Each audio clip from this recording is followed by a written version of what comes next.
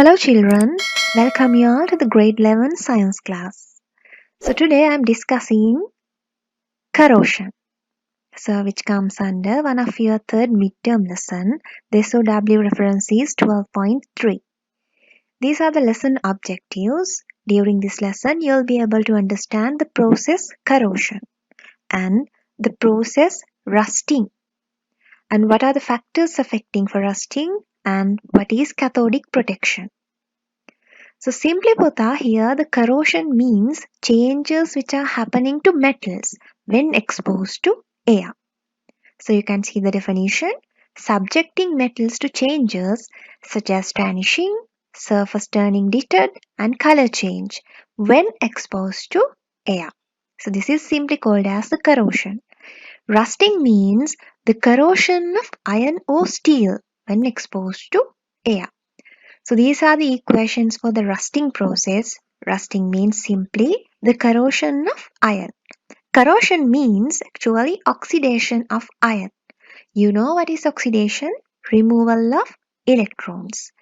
So now you can see here equation 1 and 2. The first equation is oxidation reaction. Removal of electrons. So iron is turned into Fe2 plus ions. During the second equation, you can see the water vapor is combining with oxygen and forming OH minus ions. It is the reduction reaction.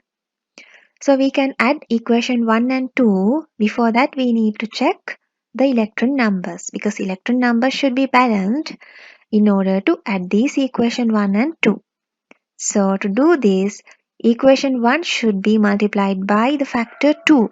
Then after we are deriving equation 3, and then 2 and 3 can be added. And now you can see children, check with this arrowhead. So water vapor combined with oxygen and iron and formed ferrous hydroxide. This is the chemical formula FeOH twice. Right? So what happened is Fe is converted into Fe2 plus. So this formed ferrous hydroxide is further reacting with oxygen and forming ferric oxide. So you can see here Fe2O3.H2O. This is the molecular formula for ferric oxide. So ultimately what happened was Fe is converted into Fe2 plus and Fe3 plus. Now let's see what are the factors affecting for iron rusting. So these are essential factors: air and moisture content, means simply the water. Those are essential factors. What are the factors accelerating the corrosion? Acids, salts, and bases. Now we'll demonstrate how air is affecting for the rusting of iron. These are the materials that we need. We need 2 boiling tubes and cold water, coconut oil, 2 iron nails, burner, and dilute hydrochloric acid. So here what we have to do is we need to add cold water about half of the height of the 2 boiling tubes, and 1 tube is being boiled, right, for about 5 minutes. Now you can see with this diagram, so B tube with cold water is boiled. Now we can obtain hot water here. Then what we do is, as soon as we are stopping this heating process, we need to add oil layer. Now there is one question: why we are boiling water? Because we need to remove all the oxygen dissolved in this water. And adding oil layer, the purpose is after the addition of this oil layer, the atmospheric air cannot be penetrated through this oil layer and it cannot be mixed with the water. So we have to assume the water in the tube B, this tube B, is lack of oxygen. But here tube A is not treated and there is oxygen dissolved, right? And there are 2 iron nails. So what we do is we are just letting this to be reacted. Then after 2 or 3 days, what we can observe is the iron nail in A test tube is rusted and B is not rusted. So this confirms that air is essential for rusting. And you know, Puta, this air is consisted of so many components. Which component in air are essential for rusting? Now we are going to check that. So we need 2 boiling tubes, iron wool, a basin of water. Right? This is the experimental setup. So this is the water bath and inverted 2 test tubes. And here we are trapping an iron wool. Right, Puta? So after 2 or 3 days, we can observe the water level in the tube. In this tube with iron wool has risen approximately up to 1/5 of the total volume of the air inside the tube. But in this tube, such kind of observation will not be happen. So what is the conclusion? So by composition, 1/5 of the volume of air is consisted of oxygen, right? So that means iron is utilizing some component in the air. To fill that gap, water is moving upward.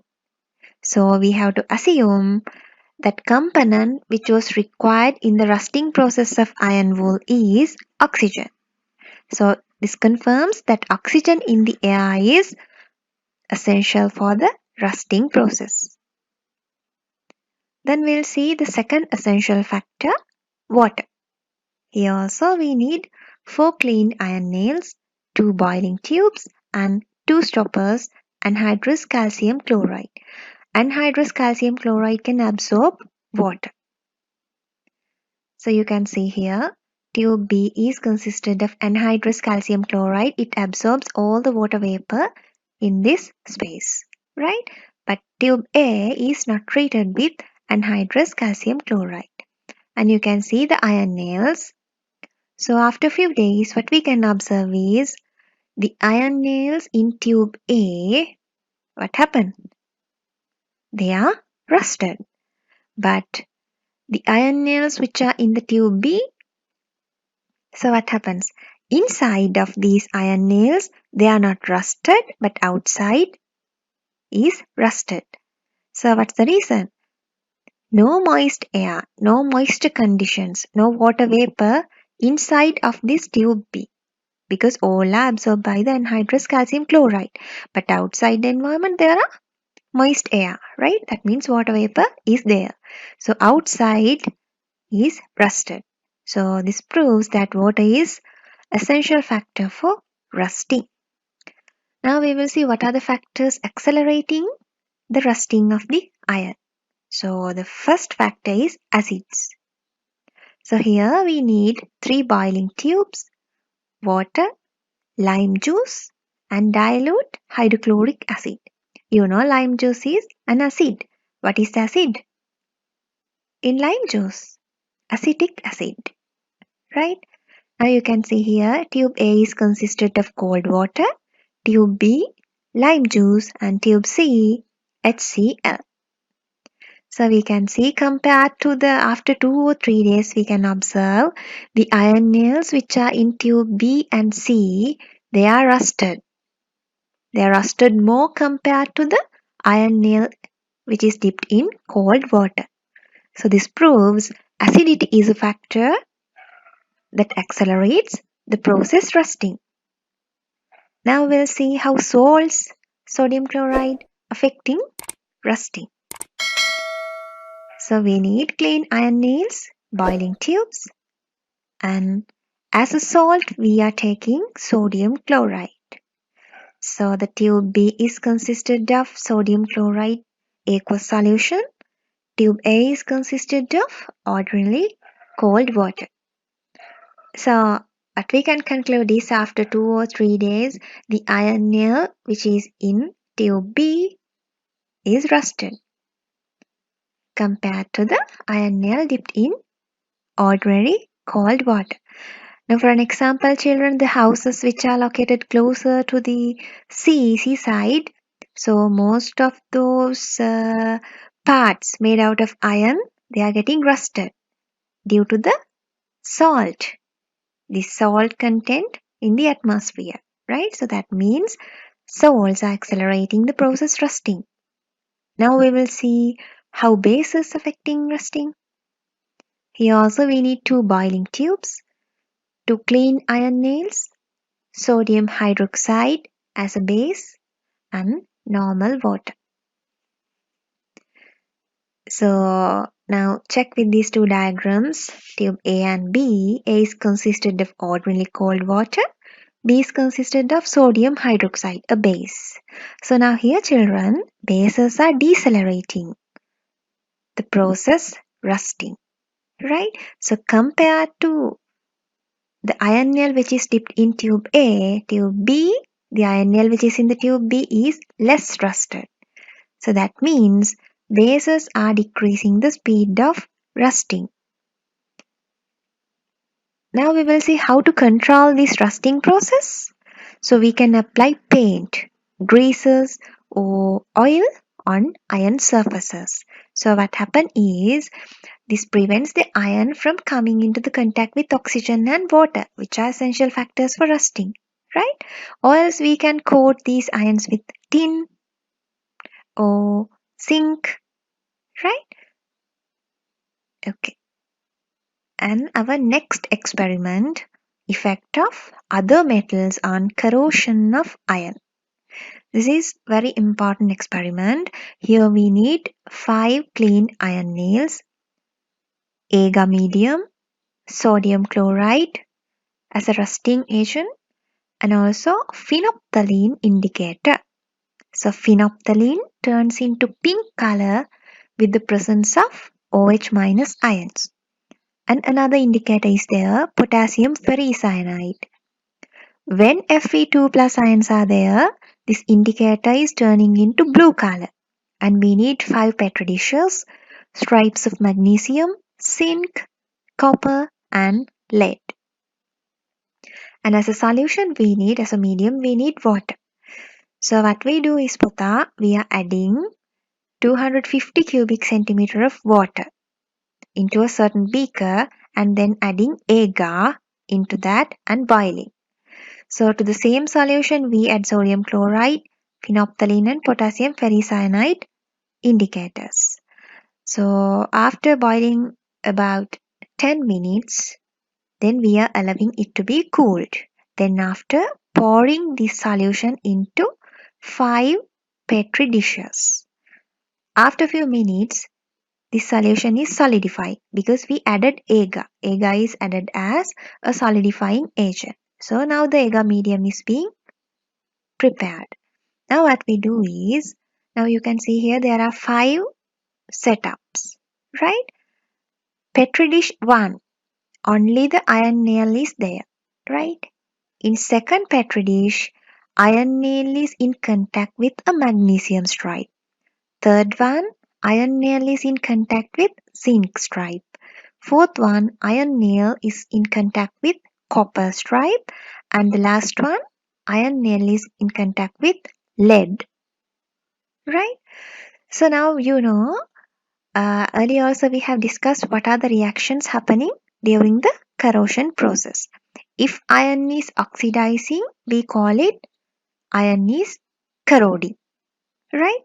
When iron is corroded, what we can observe is blue color on this iron nail.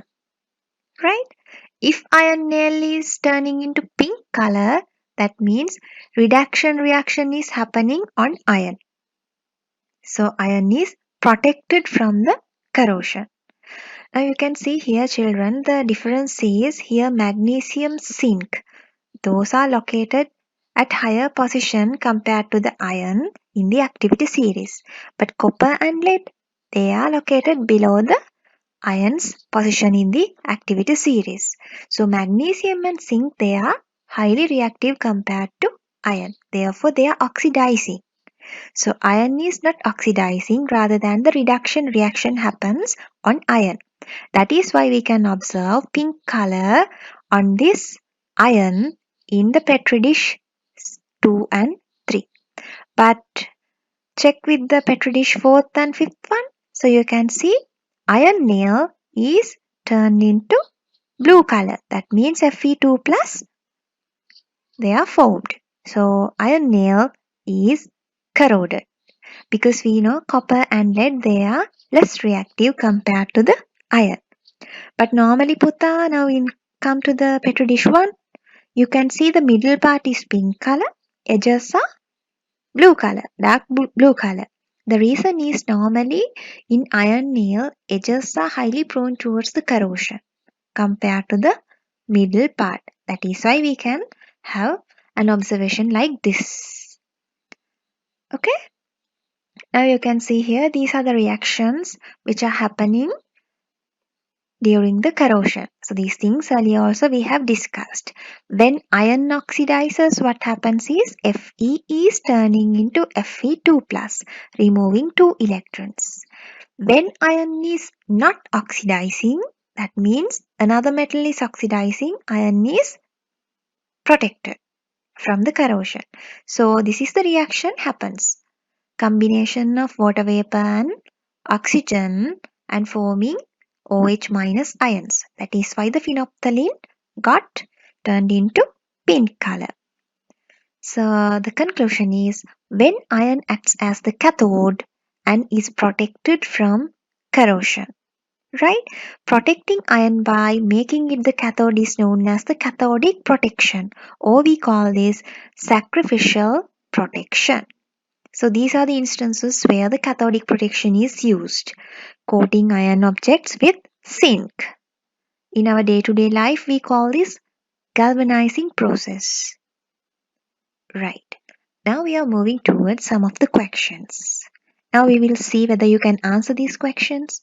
If you can answer these, that means the lesson is clear for you all. First question, which of the following is an essential factor for corrosion of iron? What are the essential factors that we have discussed? Water and air. So here we have 4 options: water, atmospheric carbon dioxide gas, acids, bases. So what's the answer? First one. It's a direct answer. Question number 2. Which of the following is a factor that accelerates corrosion of iron?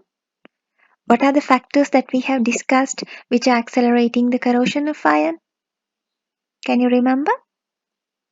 Acids, salts. We know bases are decelerating the corrosion, right? So we'll check with the 4 answers.